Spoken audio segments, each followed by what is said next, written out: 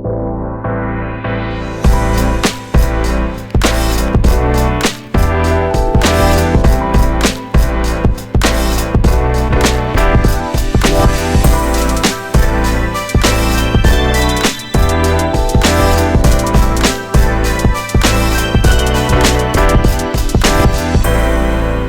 күн, құрметті тыңдармандар.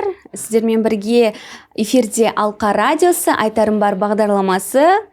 Мен Қымбат Абдалимова. Бүгін бізде қонақта Әділбек Бекболат, ұстаз, фасилитатор, P4C Қазақстан жобасының жетекшісі. Қош келдіңіз, Әділбек аға. Қош көрдік. Қуаныштымыз. Жалпы бүгінгі тақырып негізі әр адам үшін өте маңызды, бірақ қазақ қоғамында шыны керек ұят саналатын сондай бір маңызды тақырыптардың бірі. Ол бізде отбасылық өмірге дайындық, балалы болуды жоспарлау және де көптеген бір өте маңызды бағыттарды қозғайтын боламыз. Және де соның ішінде P4C жобасы бойынша жалпы балалардың ойлау мәдениетін осы бір қоғамда дамытудағы рөлі, сол жайында сөз қозғайтын боламыз. Жалпы Әділбек аға, өзіңіз жайлы айта кетсеңіз. Рахмет. Жалпы енді отбасы деген әрине ол ешбір қоғамда маңыздылығын жойылмайтын, әрдайым маңызды болып тұратын тақырыптардың бірі. Себебі өйткені қоғамның келесі ұрпаққа қоғамның сол бар мәдениетін несін жалғастыратын құрал сол мәдени орталық отбасы негізі. Енді отбасы тақырыбына келген кезінде былай бәріміз алғаш отау құрып үйлене салғаннан кейін отбасы деген нәрсенің не екенін білмедік мысалға. Бала дүниеге келгеннен кейін баланы қалай тәрбиелеу керек деген нәрсені ойланбаймыз мысалға. Отбасылық бюджет деген нәрсе бола ма, отбасында қаржы мәселесін қалай шешу керек, не болмаса әйеліңмен қарым-қатынасын қалай болу керек, ертең бала туғаннан кейін оның күтімі қалай болу керек деген сияқты мәселелердің бәрін білмейміз. Бәріміз енді өмірімізде көрген, ата-анамыздан көрген дүниемізбен ары қаратай жаңағы интуитивно алып кете береміз ғой негізі бұл нәрсені үшін. Бірақ соның төңірегіне тұрып кейде ойланған кезінде осы нәрселерді ойланамыз біз. Шынымен де отбасы деген қандай институт? Оны алдын ала бір жазылып қойған бір қағидалары бар ма? Отбасы осындай болу керек деген сияқты, не болмаса әйел мен еркектің арасында қарым-қатынас мынандай болу керек деген сияқты нақты бір заңдылықтар бар ма? Бала тәрбиесінде мына нәрсені жасайтын болсаң балаң тәрбиелі болады, мынаны істейтін болсаң балаң тәрбиесіз болады деген бір кітап бар ма деген сияқты ойланамыз да. Бірақ ондай нәрсе жоқ қой енді өкінішке қарай. Бірақ белгілі бір деңгейде адам баласы, адамзат, қоғам осыны белгілі бір деңгейде зерттеді, белгілі бір деңгейде адамның психологиялық қырын зерттеді. Мысалға, отбасылық қарым-қатынастың психологиясы деген нәрсе бар мысалға. Осының бәрін зерттей келе белгілі бір ұстанымдар, белгілі бір нәрселерді ортаға қойды. Соны зерттеп қараған кезінде, сәл адамды жақыннан тани бастаған кезінде осыған жан-жақты қарау мүмкіндігіне ие боламыз. Мен де енді Әділбек ретінде осы отбасын құрған күннен бастап жалпы отбасы деген не деген сұрақ өте көп мазалады. Негізгі мамандығым мен теолог, исламтанушымын. Енді дін деген кезінде бәріміз белгілі ғой, белгілі бір қағидалар, белгілі бір заңдылықтар бар, белгілі бір шеңберлер бар. Сол шеңбердің ішінде өмір сүретін болсаң, сен керемет өмір сүресің деген сияқты бір ұстанымдарымыз болады. Бірақ бала тәрбиесі мәселесіне келген кезінде кейбір тұстарының жетпей қалып жатқанын көрдім. Мысалға, мен балаларым өсе бастаған кезінде. Сол себепті мен бала тәрбиесін тереңнен зерттей жүрдім. Негізгі менің енді хоббим деп айтам, бала тәрбиесіндегі баланың ойлау жүйесін дамыту тәсілдерін көп жыл зерттедім, іздедім. Соның ішінде осы жаңағы P4C ағылшын тіліндегі Philosophy for Children, яғни балаларға арналған философия деген саланы зерттеп, қазір қателеспесем осы СНГ көлемінде мынау Пирсон аккредитациясын алған жалғыз маман. Сол одан кейін жаңағы университеттерде сабақ беріп жүрмін, мұғалімдермен жұмыс істеймін, ата-аналармен жұмыс істеймін. Осы жұмыс барысында мен біздің көпшілігіміздің, қоғамның көбінің бұл мәселе төңірегінде көбінесе ойланбайтынын, жаңағы интуитивно істейтінін, тіпті қазіргі таңда интуицияның өзін басып кеткен нәрсе мына әлеуметтік желідегі берілген рекомендацияларменен өмірін жалғастыруға тырысатынын көрдім. Бұл үлкен проблема екенін шынымен де айтуға болады. Жалпы бүгінгі жастардың ең бір негізгі тенденциясы ол алдымен денсаулықты тексертіп алу керек, не болмаса бір медициналық скринингтен өтіп ақша жинау қажет. Бірінші баспана алып, осы баспана мәселесін шешіп алып, одан кейін барып үйлене жатармын деген секілді қазіргі таңда бір ең өзекті мәселе десек болады. Үйленбеудің себебі де осы да секілді. Бірінші ақша жағын дұрыстап алайын, не болмаса өзімнің білімімді толықтырып алайын деген секілді қазіргі жастар алдымен отбасы болу үшін дайындалып жатады. Осыған көзқарасыңыз қандай? Жалпы бұл отбасылық өмірді бір тым идеализировать ету ме, әлде шынымен де жауапкершілікті сезіну үшін дайындық па? Бұл енді былайша айтайық, мысалға бүгінгі таңдағы капитализмдік дәуіріндеміз ғой. Капиталистік дәуірде болғаннан кейін көп отбасыларында жиі кездесетін нәрсе қаржы мәселесі мысалға, иә. Мен өз басымда да мысалға бар ол нәрсе. Өйткені сен бала шағаңды оқытып жатсың, үлкен қалада тұрып жатқаннан кейін сенің ай сайынғы тапқан табысың, сенің үйіңнің жаңағы қаражатын, үйің бар болса, жоқ болатын болса, жаңағы арендаңа кетеді, не болмаса жаңағы ипотека кредитіңе кетеді. Одан кейін сен баланың оқуына төлейсің, оның киім кешегі бар деген сияқты. Белгілі бір деңгейде сенде қаражат жетпейтін болса, ол қаланың ішінде өмір сүру қиынға айнала бастайды да. Біз бейсаналы түрде осы қаржы проблемамызды балаларға біз береміз. Психологиялық тұрғыдан беріп қоямыз балаға. Бала сезінеді ол нәрсені. Тіпті сезінуге қатысты осы жерде жақшаның ішінде бір айта кетейін, қызықты ақпарат. Мысалы, психологиялық стресс негізі өте қатты болған кезінде адамның тәнінде жаңағы белгілі бір көріністер табады. Жаңағы психосоматика деп жатқан нәрсе, бүгінгі айтып жатқан нәрселер, мысалға жүрек ауруларының болуы, асқазан ішек жолдарының дұрыс жұмыс істемей қалуы, жаңағы мидағы болып жататын проблемалардың көбісінде белгілі бір деңгейде, толықтай емес, белгілі бір деңгейде стресстік ситуацияның әсер ететіні бар. Енді бір қызығы қарасаңыздар, иә, жабайы табиғатта киік, мысалға, жайылып жүрген киік арыстан шабуыл жасаған кезінде, не болмаса бір жыртқыш айуан шабуыл жасаған кезінде, анау стресс гормоны бөлінеді де, оған қаш құтыл дейді да. Ол қашып құтылады, кеткеннен кейін сол моменттен бастап ол ойламайды да, мен құдайым-ай, неге маған мынандай өмір беріп қойдың, өмір бақи артымнан арыстан қуатта жүреді, мен қашан нормально өмір сүремін деген сияқты стресс болмайды одан. Сол себепті оның стресі оны өмірде тірі алып қалу үшін ғана пайдалы болады да. Одан кейін ол нәрсені ойланбайды, төңірегінде тұрмайды да. И бір қызығы, үй жануарларында, әсіресе мынау мысықтарда, иттерде, үйде тұратын жануарларда стресс тәніне әсер ететін деңгейге шығып кеткен екен. Неге десеңіз, ол адамзатпен бірге тұрып жатқаннан кейін адамның үйдегі беретін атмосферасы анау жан жануарға қатты әсер еткен. Эволюция сол деңгейге дейін әкелген. Мысықтың стресі кәдімгідей оның физиологиясына әсер ететін деңгейге жеткен да. Енді осыған қарайтын болсақ, отбасындағы болып жатқан қаржы проблемасы әрдайым отбасында сөйлесілгеннен кейін жұптардың арасында, баланың мысалға, ол бала ғой, бір нәрсені қалайды, бір нәрсені алғысы келеді, ол бағасы қанша деген нәрсені ойламайды ғой. Ол тұрады да пәленшені алғым келеді дейді, әке-шешесі тұрады да тиіп тастайды, жоқ болмайды, ақша жетпейді бізде деген сияқты.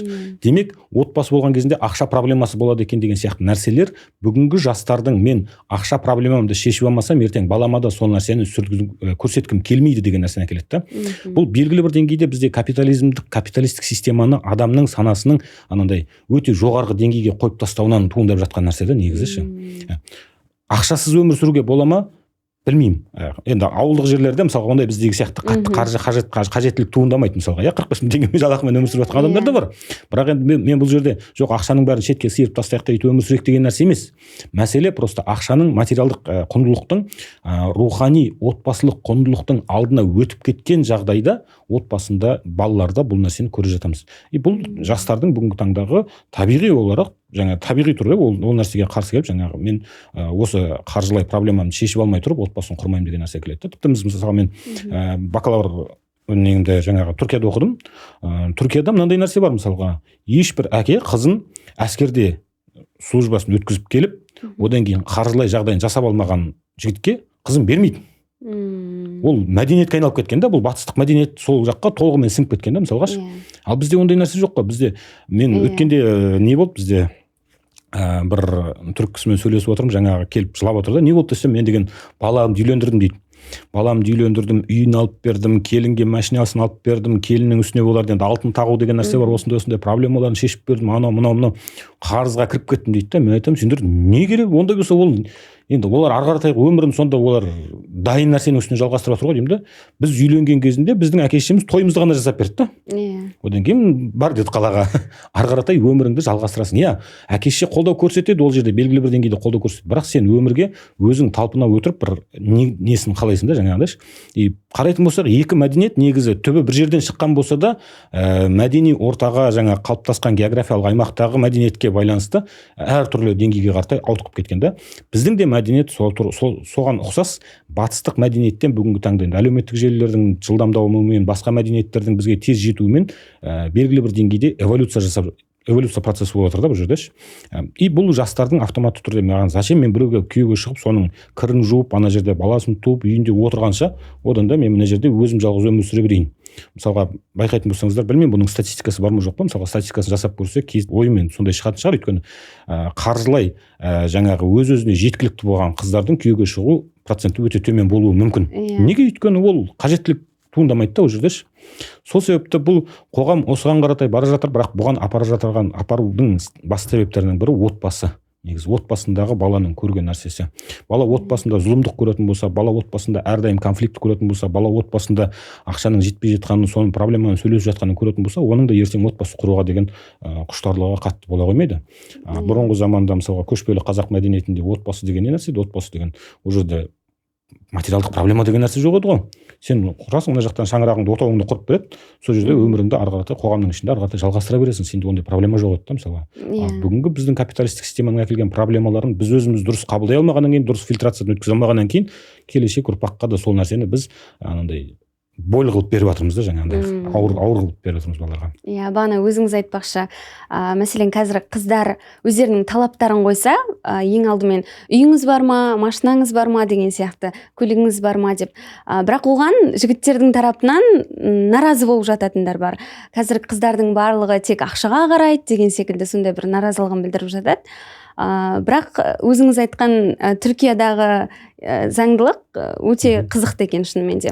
Енді ол батыс қоғамда, өйткені енді қалай капиталистік системамен қарайтын болсаңыз, ол дұрыс нәрсе. Өйткені сен барып ол жерде қиындық көргің келмейді. Ол не? Бірақ мысалға мына нәрсе бар да, біз әйеліміз екеуміздің арамызда жиі болатын сұрақтардың біреуі, мысалға мен төрт балам бар, Құдай берген, Құдайға шүкір. Біз үйленген кезінде біздің басымызда ондай бір керемет ештеңке болған жоқ. Енді әке-шешеміздің жаңағы қайын жұрт жақтың сыйлаған бір несі болды, көлігі болды. Сосын кейін бір кішігірім бір не болды, жатақхананың бөлмесі. Сол жерде тұрдық, мысалға содан ары қаратай жинай келе өз-өзіміз екеуміз еңбектене келе екеуміз өз мәдениетімізді, өзіміздің отбасылық мәдениетті өзіміз жаймендеп қалыптастырдық. Бұл процестің ішінде бізде қиналу кезеңдері де болды, бұл кезде біздің бақыттылық кезеңдеріміз де болды. Қалыптастырып келген өмір екеумізді бір-бірімізге былай байлады да. Осы нәрсені де қарай беру керек та. Дайын нәрсенің үстіне келіп құрыла қалған кезінде мен бақытты болып кетем деген нәрсе болмайды. Бақыт деген нәрсе не? Бақыт деген материалдық құндылыққа не болмаса бір басқа нәрсеге тіреліп қалған нәрсе емес қой. Бақыт деген не? Екі адамның бірлесіп отырып қалыптастырған өмірі, соның ішіндегі болған историялар, соның ішіндегі болған сәттер, соның ішіндегі болған кезеңдер, осының бәрі бақыт деп айтатын нәрсені қалыптастырады да.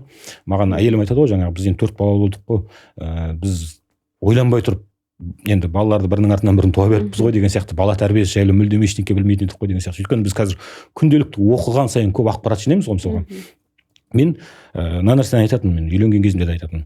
Отбасы екі адам бір-бірімен қауышқан кезінде екеуі бір-бірінің деңгейінде болады. Интеллектуалдық деңгейі ше. Интеллектуалдық деңгейі, рухани деңгей екеуі бір деңгейде болады да, отбасын қалыптастырады да. Көп жағдайда еркектер интеллектуалдық ары қаратай даму процесі кетеді де, әйел адам үйде отырғаннан кейін төмен қалып кетеді. Сосын кейін белгілі бір кезеңдерде екеуі интеллектуалдық деңгейден болсын, басқа деңгейден болсын, бір-бірімен сәйкес келе алмай қалатын жағдай болады да. Сол себепті екі отбасындағы мүше, әйел мен күйеуі, жұптар бірге даму керек та. Бірге дамыған кезінде бұл құстың екі қанаты сияқты жаңағы қалықтап ұшуына отбасының әсер етеді. Сондай нені біз қағиданы ұстандық. Біз үйленген жылы әйелім менің медик, неврология дәрігері, терапияны оқыған. Ол кісі кешкісін ыдыс-аяқ жуған кезінде мен отырып оның емтиханға дайындалып жүрген неврология кітаптарын алып оқитын кәдімгідей. Құдайға шүкір деймін да, маған бір кемшілігі болған жоқ. Мен адамның миының жүйесінің, асқазан жүйесінің, жалпы мынау биологиямыздың жаңағы қалай жұмыс істейтінін көруге мүмкіндік туды да маған. Ол медициналық тұрғыдан осыған қатысты өзінің ойын айтып отырады. Мен діни тұрғыдан жаңағы не болмаса басқа да өзінің оқыған кітаптарымен салыстырып отырып осы нәрсені дамытып отырдық та. Бұл бізге бірге дамуымызға әсер етті да. Мен айтамын, жаңағы айтады ғой, біз баланың тәрбиесін білмей тұрып, баланы білмей тұрып осылай дүниеге әкеп қойдық қой енді. Біз кішкене ақылсыздау болыппыз ғой дейді да. Хорошо, что соны білмей тұрып дүниеге әкеп алғанбыз деймін да. қазіргі таңмен ойлайтын болсақ, мысалға қазір сен көп ақпаратты жинап алдың, бала тәрбиесінің анау қиын қырларының бәрін көріп алғаннан кейін сен баланы дүниеге әкелу сен үшін бір қиын дүние сияқты болады да. Өйткені сен оны күтімін жасауың керек, оның белгілі бір деңгейде массаждары бар, оның мелкий моторикасы, жаңағы кіші моторикасының дамуын қалыптастыруың керек, ойлау жүйесінің дамуын қалыптастыруың керек. Ананы қарайтын болсаң, үлкен система да, анау бір адамның бойынан келетін нәрсе сияқты емес та. Бірақ адамның біз қанша мысалы 100 мыңдаған жыл бойы дамып келе жатқан бір тіршілік иесіміз ғой адам баласы. Осы процестің ішінде біз интуитивно жаңағы іштей өзіміз белгілі бір кезеңдерде белгілі бір қандай әрекеттер жасау керек екенін қалыптастыра аламыз. Егер адам өзінің ішкі жан дүниесін тыңдай алса, өзінің тәнімен, өзінің жаңағы мынау память тела дейді, жаңағы тәннің өзінің бір несі болады, санасы болады мысалға. Жылдар бойы, ғасырлар бойы бұл қалыптасып келген нәрсе, сен егер соны дұрыс тыңдай алсаң, сен сыртқа дұрыс әрекет жасай аласың. Сол нәрсені тыңдау арқылы біз бүгінге дейін балаларды санасыз түрде дүниеге әкелсек те, олардың қалыптасуына қажетті ортаны, қажетті мүмкіндікті жасап отырдық. Құдайға шүкір, 4 баламыз бар, өсіп жатыр. Сенің қанша балаң қалайсың дейді, мені сұрайды да мысалға. Мен шектеу қоймаймын. Құдай берсе бола берсін деймін да, мысалға 7 балам болсын, 8 балам болсын, әрқайсысымен жаңа тәжірибе, жаңа нәрсе, жаңа эмоциялар жинау арқылы сен қалыптастырасың. Мен бірінші жаңа дүниеге келген қызымды тәрбиелеуім тәсілім мүлдем басқа еді. Қазір мысалға 4-ші қызым 3 жаста ма, 3 жастан асты. Онымен жұмыс істеу тәсілім мүлдем басқа да мысалға. Енді бала тәрбиесіне қазір тоқтала кетеміз. Жалпы отбасы болуға дайындық жайлы айтайықшы. Қазіргі таңда негізі көп жас жұптар коучтарға, психологтарға ең алдымен барып, дайындалып, бағана өзіңіз айтпақшы, өз отбасы қағидасын алдымен ашып алып, соны отбасы болмай жатып нақтылап алады. Сол бойынша қалай деп ойлайсыз? Болмай жатып отбасының қағидасын қалыптастыру деген өтірік әңгіме сияқты. Енді психологтарға барып жатады ғой, коучтар, қаншама қазір TikTok'тан да мысалға қаншама коучтар отбасы болмас бұрын ең бірінші нақтылап алыңыздар, мен ата-енемен тұрамын, не болмаса бөлек тұрамын деген секілді, қаржы мәселесінде қанша жалақы табасыз, не істейсіз деген секілді, оның барлығын нақтылап алып барып отбасы құру керек деп жатады ғой. Осыған көзқарасыңыз қалай жалпы? Енді сіз болашақтағы болатын нәрсені өзіңіздің ойыңызбен болжап алып, бүкіл әлемдегі болып жатқан мынау процестің бәрі менің қалауыма қаратай сәйкестеніп келе қалсын деген нәрсе қаншалықты деңгейде шын нәрсе, дұрыс нәрсе, оны білмеймін енді.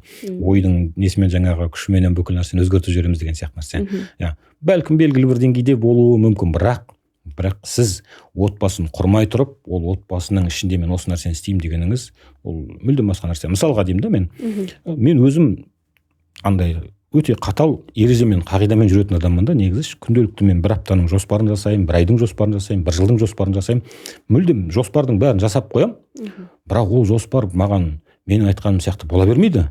Сырттан келетін факторлар бар, әсер ететін қаншама нәрсе бар да, гибкость деген нәрсе маңызды да. Мен бұл жоспарым болмай қалса белгілі бір себептермен бұны болмау керектігін не болмаса сызып тастауға да дайынмын, не болмаса бұны өзгертуге де дайынмын да. Сіз тұрып жас болайын деп жатқан отбасыға тұрып сен осындай қағида қойып ал, соған сәйкес келетін адам ғана тапсаң тап. Ол уақыт өтіп жатыр ғой. Ертең оған сәйкес келетін адам сен табатыныңа қаншалықты деңгейде сенімдісің мысалға. Алдыңнан бүкіл әлемдегі болып жатқан процестің бәрі сенің алдыңа келіп жығылып, сенің қалауың сияқты бола бермейді ғой мысалға. Эволюцияның өзі біздің қалауымыз сияқты болған жоқ қой. Адамзаттың анау пайда болғаннан бастап бүгінге дейінгі даму процесінің өзінде сен жағдайға қаратай бейімделу болды да мысалға.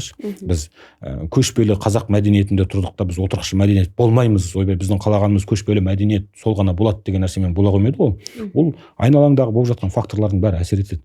Сол себепті отбасын құруда белгілі бір деңгейде жаңағы медициналық бақылаудан өту керек шығар, денсаулығыңды білу мақсатында мысалға, емдеу мақсатында. Бірақ сен тек қана сомен мен бәрін жасаймын да уникальный, идеальный бір отбасы құрып шығам деген нәрсе ол қияли әңгіме сияқты. Отбасын құрасың, қалайсың, содан кейін барып оның ары қаратай даму процесінде боласың. Бірақ адам, менің қазіргі ұстанымым, адам бірінші кезекте өз-өзін тани білуі тиіс. Мен кіммін? Менің ішкі жан дүнием нені қалайды? Мысалға қазір отбасылар жаңа қыз бен жігіт танысады, екеуі бір-біріне керемет анау жігіт деген джентльмен гүл сыйлайды, ресторанға алып барады, андап барады, мандап барады, күшті. Қыздың өмірінде қиялында анау образ пайда бола бастайды, қызды да қарайды, қыз деген сәнденіп жүреді, әдемі болып киініп жүреді.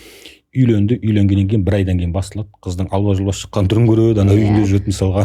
Одан кейін жігіттің ана жерде жаңағындай ол жасап жүрген нәрселерінің бәрін ақшасы өзінікі емес екенін байқайды деген сияқты. Көлік өзінікі емес екен. Бетпердесі ашыла бастаған кезінде бір-біріне деген уже не пайда бола бастайды да жаңағы. Бұл процесс болмауы тиіс. Бұл процессті біз қалай өзіміздің ішкі жан күйімізді шын мәнінде бар болмысымызды алдына тастай алған кезінде сенің сол болмысыңа ғашық болған адам бір-бірін жақсы көреді деп айтамыз да. Осылай қалыптасқан кезінде отбасы ол екеуі бір-бірінің кемістіктерін толтыра отырып, бір-бірімен негізін қалай отырып бір дүние қалыптастырады. Сондай жағдайда ғана бір отбасының қалыптастыру процесі болады деп ойлаймын да. Әйтпесе алдын ала мен осындай отбасын қалаймын, осындай ғана болады деген сияқты нәрсемен ол бүкіл әлем сенің аяғың астына келіп жығыла қоймайды. Иә. Ал жалпы қазіргі таңда негізі жастар арасында отбасын құрмай жатып, үйленбей тұрып бірге тұру деген тренд болып кетті, шыны керек. Азаматтық неке болмаса да бірінші бірге тұрып, бір-біріміздің мінезімізді көрейік деген секілді, білмеймін, сылтау ма әлде шынымен де сондай қағидат па, бір-бірімізді көрейік, бірге тұрып көрейік, сол кезде шынымен де отбасылық өмірге шыдай аламыз ба, соны байқап көрейік деп жатады. Оған көзқарасыңыз қандай жалпы? Бұл енді батыстық тенденция ғой, негізі батыстан келіп біздің қоғамның ішіне сіңген нәрсе. Енді оған тұрып алып сен ойбай жоқ десең де ол бүгін ол нәрсені тастап кетпейді жастар. Ол нәрсе егер қоғамның ішіне культура, субкультура ретінде сіңген болса, субмәдениет ретінде сіңген болса, ол ары қаратай жалғасын таба береді, ол нәрсе тоқтамайды негізінде. Бірақ мына нәрсені білуіміз керек. Біз қай мәдениеттің өкіліміз? Біздің бүгінге дейінгі қалыптастырған мәдениетіміз бізге не берді? Біздің қазақ мәдениеті негізі ғасырлар болып қалыптасып келе жатты да, белгілі бір кезеңде ортадан шорт кесілді да, мәдени құндылықтарымыз ары қаратай даму процесін тоқтатып қалды. Одан кейін бар жаңағы тәуелсіздік алғаннан кейін, оның алдындағы жаңағы алаш қоғамы кезінде қайтадан мәдени құндылықтарымызды қалыптастыру, қайтадан жандандыру мәселесі көтеріле бастады, сол нәрсе қозғала бастады. Бүгінгі таңда да қазір актуальны мысалға, мәдени құндылықтарымызды қайтадан жаңғыртып шығарғымыз келеді да. Бірақ жастардың қазіргі ойлау процесі, даму процесі, мәдени құндылықтарды қабылдауы әлемдік мәдениетке айналып кеткеннен кейін оның сен алдын шорт кесіп тоқтата алмайсың да мысалға.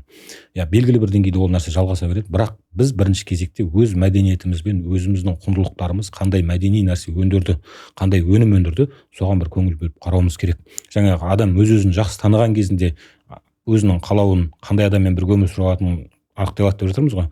Сол сияқты сен өзіңнің мәдениетіңді түсінген кезінде, сен өзіңнің тарихыңды түсінген кезінде, таныған кезінде барып, келесі қоғамдағы сен болашақ ұрпағыңның мәдениеті қандай болуы тиіс дегенді қалыптастыра алатын сана қалыптасады да.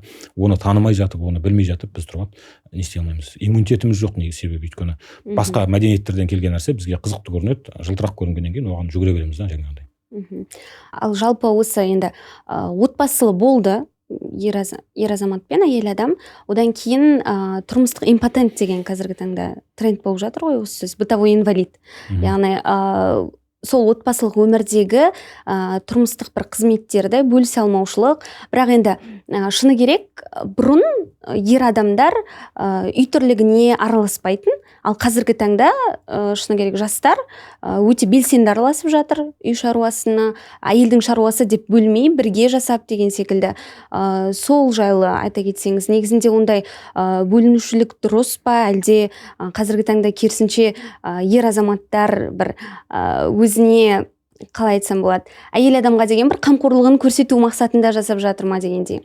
Мынандай нәрсе ғой, бұрын ауылда тұрдық мысалы, ауылда тұрған кезінде сен әкеңнің күнделікті істейтін шаруалары бар. Сырттағы жұмыс шаруасын бітіріп келгеннен кейін үйдің ішінде, үйге келеді де ауланың ішін тазалайды, малдың астын тазалайды, жаңағы малдың жем шөбін береді деген сияқты нәрсе. Оны сәл өсейгеннен кейін ұл балдар істей бастайды жаңағы нәрсені. Қазір қаланың ішінде, қалада тұрған адам мысалға, екеуміз де кешкісін жұмыстан келдік, мен әйелім де жұмыста, мен де жұмыста, мысалға кешкі сағат 6-да үйге келдік. Мен тұрған малым жоқ ана жерде, қорасын тазалайтын, бір не болмаса астына су аратын мысалға да. Ары кетсе бутылкамен асты төменнен барып бір бутылка су әкелетін шығарсың мысалға.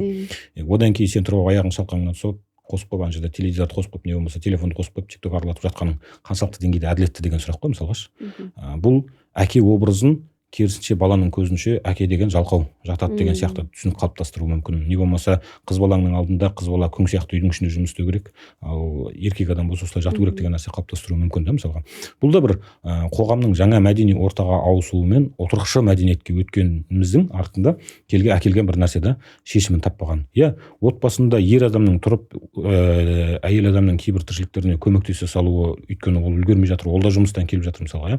Үйде отырған әйел болса бәлкім басқаша болатын шығар. Мысалға ер азаматтың қалада тұратын ер азаматтардың өзінің мысалға кешкісін болатын қаншама шаруалары болуы мүмкін. Мысалға үлкен кәсіппен айналысатын адамдар ондайға уақыты болмайды да. Мысалға арда кездесу, мында кездесу, кешкісі сағат үйге сағат 12-де келеді, 1-де келеді деген сияқты. 12-1-де келіп алып сосын әйел тұрып айбай сен маған келіп алып мына жақта ыдыс жуыспадың дейтін болса, ол не емес нәрсе болады да мысалға. Сол себепті ол бір отбасындағы анау балансты қалыптастыруда. Егер ер азаматтың сыртта шаруасы көп болатын болса, әрине ол қол тимей жатса, оны дұрыс қабылдауға болады. Ол әйел мен ердің арасында қалыптасқан нәрсе да. Бірақ ер азаматтың ешқандай шаруасы жоқ, үйге келді, кешкісін жатты, теледидарды қосып қойды да, қарнын қасып жататын болса, ондай болса, ол әділетсіздік болады да. Екеуің де бірдей жұмысқа барасың, келесің, кешкісін ештеңе істемейсің деген сияқты нәрсе. Бұл бір кішігірім отбасылық мәдениеттің қалыптасу процесі сияқты. Қазіргі таңда жастар арасында да осы мәселе бар. Әйел адам үйде отыру керек, жұмыс істемеу қажет. Ал ер адам болса тек қана жұмыс істеу керек деген секілді бір сондай бөлінушілік бар. Бірақ енді өзіңіз айтқандай, сана биігінде жолға алу керек қой. Негізі екі адамда, қызда, ұлда деген секілді бірге даму керек деп, әйтпесе әйел адам төмен деңгейде қалып қалады деген секілді. Осыған көзқарасыңыз қазіргі жастардың арасында да сол бір бұрынғы кездің сондай бір түйіні бар. Ол да мысалға енді қоғамдық мәдениет деген нәрсе бар ғой, біздің қазақ қоғамының қалыптасып келген мәдениеті. Көшпелі қоғамда ер азаматтың бұрынғы замандағы шаруасы не еді? Мысалға атқа мінеді, барып аң аулайды, не болмаса мал жаяды деген сияқты жаңағындай. Сырттағы шаруасы сол, түздегі шаруасы. Ол не болмаса бір басқа соғысқа барады, шайқасып келеді деген сияқты. Әйел адам ол кезде шығып мал жайылмайды мысалға. Соғысқа бармайды мысалға, бүгінгі таңда қала мәдениетінің ішінде ондай нәрсе жоқ қой. Мысалға сен соғысқа шығып жатқан жоқсың, соғысқа шығатындар реткі ғой. Бизнеспен айналыстың дейік жақсы. Мысалға не болмаса басқа бір шаруамен айналыстың. Әйел адамның үйде отыруы тиісті кезеңдер бар. Оны да енді дүниеге бала әкелгеннен кейін ол әйел адам демалу, тынығуы тиіс, үйде отыруы тиіс мысалға. Үйде жаңағы мысалға баланы дүниеге әкеле салып бірден жұмысқа шығып кететін болса, әйелге де нагрузка болады. Ол әр отбасының өзінің қалыптастыратын бір недері сияқты, мысалға кезеңдер сияқты да. Мен айтып отырмын, жаңағы әйелім дәрігер, бірақ балаларым дүниеге келген кезде, баланың кішкентай кездерінде мен оған осы талапты қойдым: сен әзірге үйде отырғаның абзалырақ. Дәрігер болып больницада, поликлиникада отыратын болсаң, алдыңа келген бір 10 шақты ата мен әжені емдеуің қоғам үшін пайдалы шығар, бірақ баланы анасынан ажыратып тастау қаншалықты деңгейде пайдалы. Баланың бүгінгі қалыптасу процесінде сенің рөлің әлдеқайда жоғарырақ. Мен отбасының қажетті жаңағы материалдық қажеттіліктер мен қамтамасыз ете тұрайын. Балалар өсті, кезең келді, одан кейін әйелім жаңағы үйде отырғаннан кейін мен жалға бастадым деді. Ол дәрігер болғаннан кейін дәрігер практикада ғана өзінің несін дамытады ғой мысалға. Кезең келді, сен жұмыс істеуің керек. Жұмыс істеймін десең, істе, давай, екеуміз екі жақтап не істейік. Бұл отбасының өзінің ішкі қалыптастыратын мәдениетіне қатысты сияқты. Ондай ер азаматтар болуы мүмкін. Мен мүлдем әйелім жұмыс істетпеймін, әйелім үйде отырады, мен пожалуйста отырсын үйде, бірақ оған ақшасын әкеліп беріп тұрсын, жағдайын жасап тұрсын. Ондай болса, қыз бала оған келісетін болса, неге кедергі болсын? Мысалға мен танитын қаншама мысалға үлкен нелер бар, мысалға бизнесмендер бар, кәсіпкерлер бар, тіпті кәсіпкерлерден былай мемлекеттік қызметкерлердің өзінде мысалға бір елдің елшісі болып баратын. Мысалға мен елшілікте жұмыс істедім қаншама жыл. Елшілердің әйелдері мысалға олардың мамандығы болса да жұмыс істемейді, үйде отырады мысалға. Енді ол басқа мемлекетке келді, миссиямен келді, күйеуі жұмыс істеп отыр, әйелі мына жақта өзіне бір увлечение тауып алады да мысалға деген сияқты. Ол отбасының индивидуально болып қабылдайтын бір шешімі сияқты. Ал жалпы енді осы қазіргі таңда жастар балаларды да жоспарлап жатады. Қазірге біздің қаржылық жағдайымыз дұрыс емес, бірінші реттеп алайық, сосын барып баланы жоспарлаймыз деп те жатады. Осы жайында көзқарасыңыз қалай? Не болмаса бір қазақшылыққа салып, әр бала өз несібесімен келеді деген секілді бір тұжырымдама да дұрыс па? Не болмаса шынымен де жолдасыңмен бірге баланы жоспарлаған қазіргі қоғамда дұрыс па? Енді ол нәрсеге мынау дұрыс, мынау бұрыс деп айту қиын. Ол да жаңағы отбасы несіне байланысты сияқты да. Мысалға біз 4 баламызды, мен өзім отау құрған кезінде жаңағы әйелім айтқан, бізде 7 бала дүниеге әкелеміз деген сияқты. Ол кездегі менің дүниетанымым, ұстанымым сондай еді. Кемінде 7 бала болса, мысалға жаңағы қазақтың сөзі бар ғой, атадан 6 туса, 6 біреуі жаңағы абадан болады, абадан атқа қонған кезінде, абадан таққа қонғанда қалғандары атқа мінеді деген сияқты. Сол сияқты бір ұстанымым болды мысалға. Көп балалы болған жақсырақ, өйткені отбасының ішінде балалардың социумда қалыптасып қабылдауына қатты әсер етеді деген сияқты нәрсе. Иә, қаржылық жағдайымыз ондай бір керемет болған жоқ, бірақ Құдайға шүкір әр балам дүниеге келген сайын белгілі бір деңгейде бір өтулер болып отырды өздігінен. Мысалға қалаған пәтеріме қол жеткіздім, қалаған көлігімді алдым деген сияқты өзі баламен бірге несібесі де келді да. Мысалға ол да сіздің дүниетанымыңызға, сеніміңізге байланысты, наным сеніміңізге байланысты нәрсе. Ол иә, бала туған кезінде өзінен өзі бүйтіп келе қалады деген дүниеде емес қой. Сол себепті ол екі адамның ішкі жан дүниесі нақты нені қалап тұр, соған байланысты сияқты да. Мысалға тұрып қазір енді актуальный тақырыптардың бірі, мысалға дұрыс тамақтану деген кезінде глютенсіз тамақтану дейді да. Мысалға глютенсіз тамақтану бүкіл адамға бірдей пайдалы болмауы мүмкін да. Кейбір адамдар болуы мүмкін, глютен жеген кезінде денсаулығы ары қарата күшеюі мүмкін да. Мысалға сол сияқты әрбір отбасының өзінің индивидуальный даму бір сатысы болады. Отбасындағы екі адам нені дұрыс деп қабылдап соған қаратай қадам жасаса, сол нәрсе дұрыс болады да. Өйткені олардың дүниетанымы, наным сенімі бүкілі соған қаратай бағытталған болады. Иә, баланы жоспарламас бұрын баланың барлық мүмкіндігін жасап қою өте жақсы нәрсе, бірақ мына нәрсені де қарау керек. Сен баланы дүниеге әкелемін деп жоспарлап жүрген кезеңінде, бала дүниеге келгеннен кейін баламен бірге даму кезеңіндегі сенің бойыңда қалыптасатын қабілеттеріңді жіберіп алу ықтималдығың да бар да. Мысалға мен мысалға 4 балам дүниеге келсе де 4-еумен 4 түрлі тәжірибе көрдім да. Мысалға әр түрлі нәрсе көресің, әрқайсының қылығын көресің, оның мінезін көресің.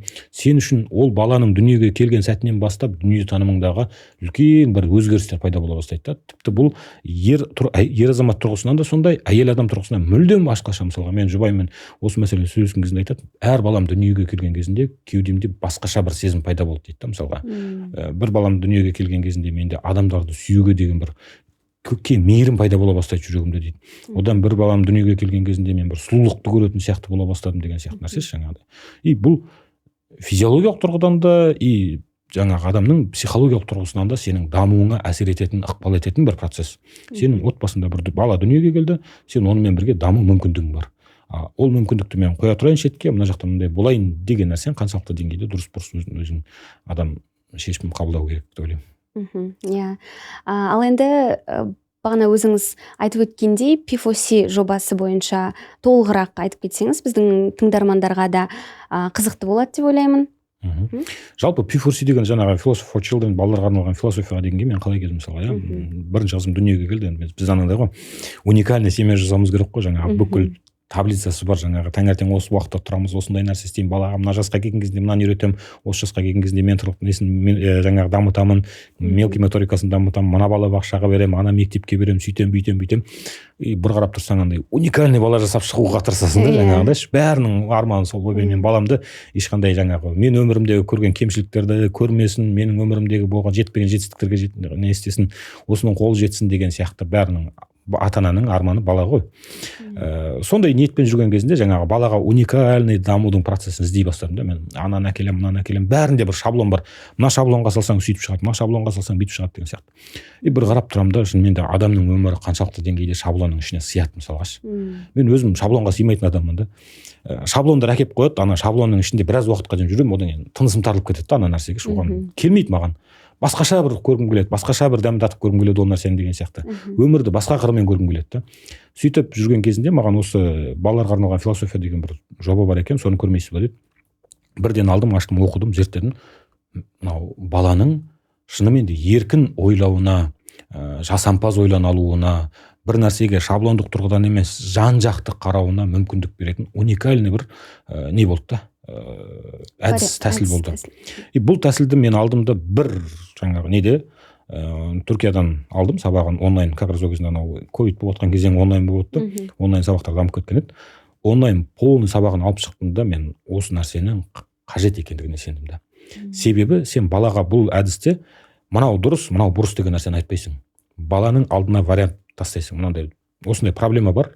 Мысалға, достық деген не? Бізде досыңды сыйла дейміз.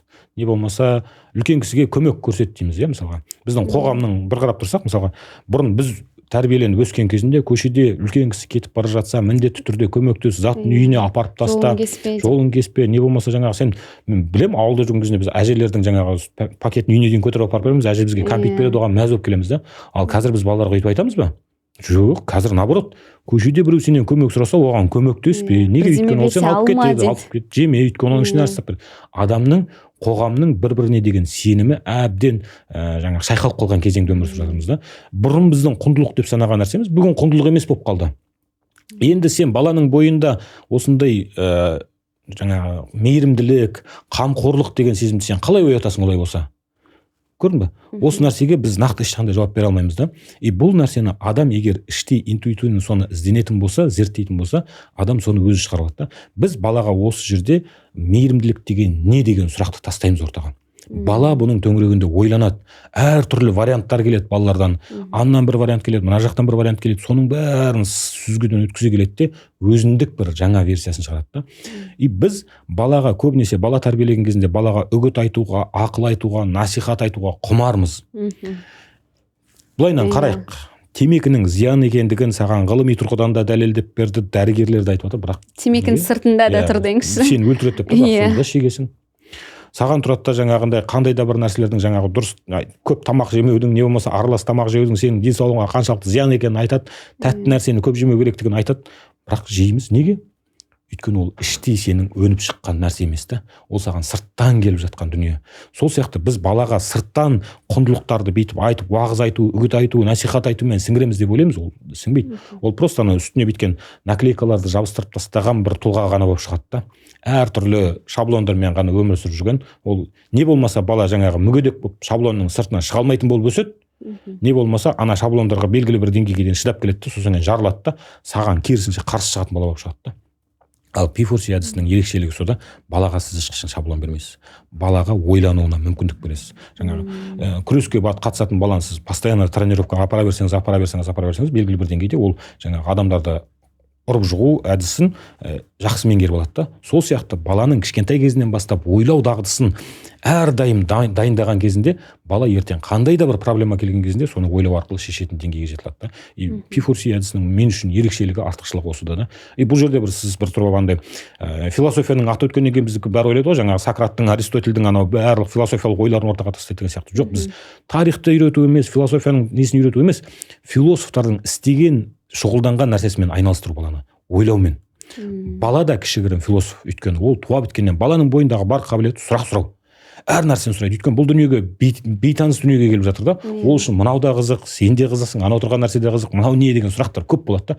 Осы бойындағы бар қабілетін арғаратай дамытуына сол сұрақ қою арқылы дамыту әдісі ғой негізі.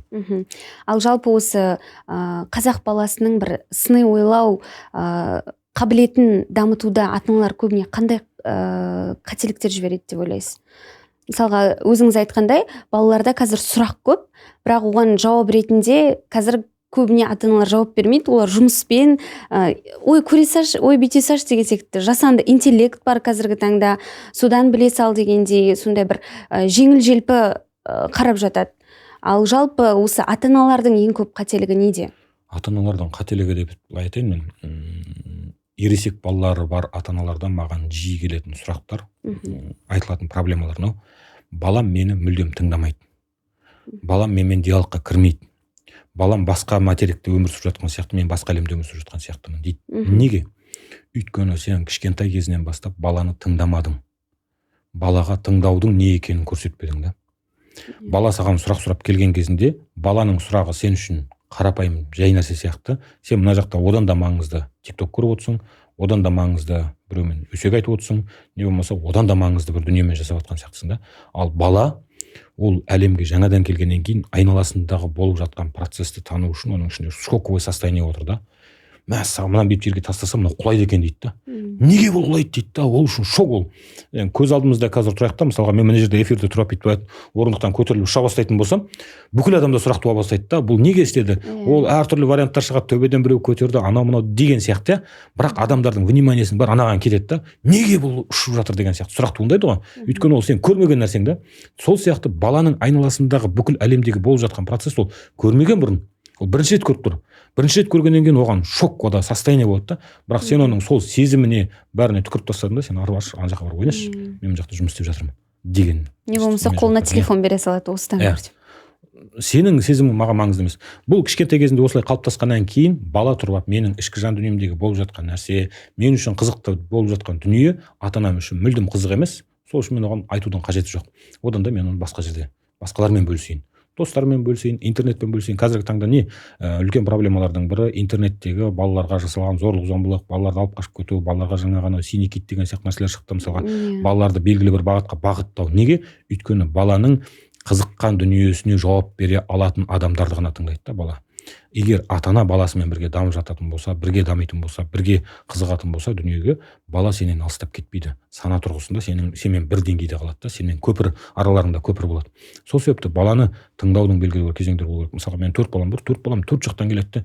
Дастархан басында отырған кезінде, аналардың шулаған кезінде бірінен бір жарысып бірдеңе айтқысы келеді. Иә, қиын, ол оңай нәрсе емес. Сен каждыйын тыңдап, оның каждыйына сұрақ жауап беру, баланың сұрағы бір сұрақпен тоқтап қала салмайды ғой.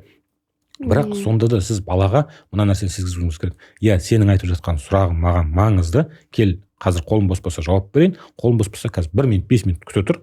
Бірге отырып осы нәрсені төңірегінде ойланайық. Баланы итеріп тастау емес маңыздысы. Балаға кел, мен де сенімен бірге өсуге, осы нәрсені ойлануға дайынмын. Бірақ қазір қолым бос болмай тұр деген нәрсені балаға сездіре білу. Бұл баламен араңыздағы байланысты үзбейді. Егер баламен араңыздағы байланыс үзіліп қалатын болса, отбасындағы проблемалардың көбісіне әйел мен күйеудің арасында бір-бірін тыңдай алмау, бір-бірін түсінбеу байланыстың үзіліп қалуынан қалыптасады. Бала мен ата-ананың арасында да проблема осы. Ата-анамен жаңағы біз мысалға ересек адам ретінде біздің әке-шешеміз қазір мысалы ауылда тұрып жатыр, басқа жақта деген сияқты арамыздағы байланыстардың үзіліп қалуының себебі сол, біз бір-бірімізді дұрыс тыңдай алмаймыз. Иә, бір жерден естіп едім менде, қазіргі таңда адамдар арасында мәміле жоғалды деп, барлығы осы бір цифрландыру заманының әсері деп жатады ғой. Соның тағы да бір кесел дейінші, осы қоғамдағы ажырасу мәселесі, ажырасу статистикасы да қазір ең бір белең алып отқан үлкен бір кеселдің бірі шыны керек. Сіздің бұл ажырасу мәселесі дұрыс емес таңдаудан ба, әлде отбасылық өмірге жауапкершілік таныта алмаудан ба, қалай ойлайсыз? Бұның тек қана бір қыры емес, көп қыры бар да. Бір қыры жаңағы бағанағы мен айтып жатқан сияқты адамның өз-өзін тани алмауы. Мен іштей нені қалаймын, қандай өмірді қалаймын деген сезінбеген адам. Біз неге өз-өзімізді танымаймыз деген нәрсеге мен көп тоқталамын. Біздің қалыптасу кезеңімізде сыртқа көп мән береміз де, ішкі жан дүниемізге көңіл бөлмейміз. Мен міне 1 айдың көлемі болды, жұмыстан толығымен шетке сиырылып, өз-өзіммен жеке қалдым.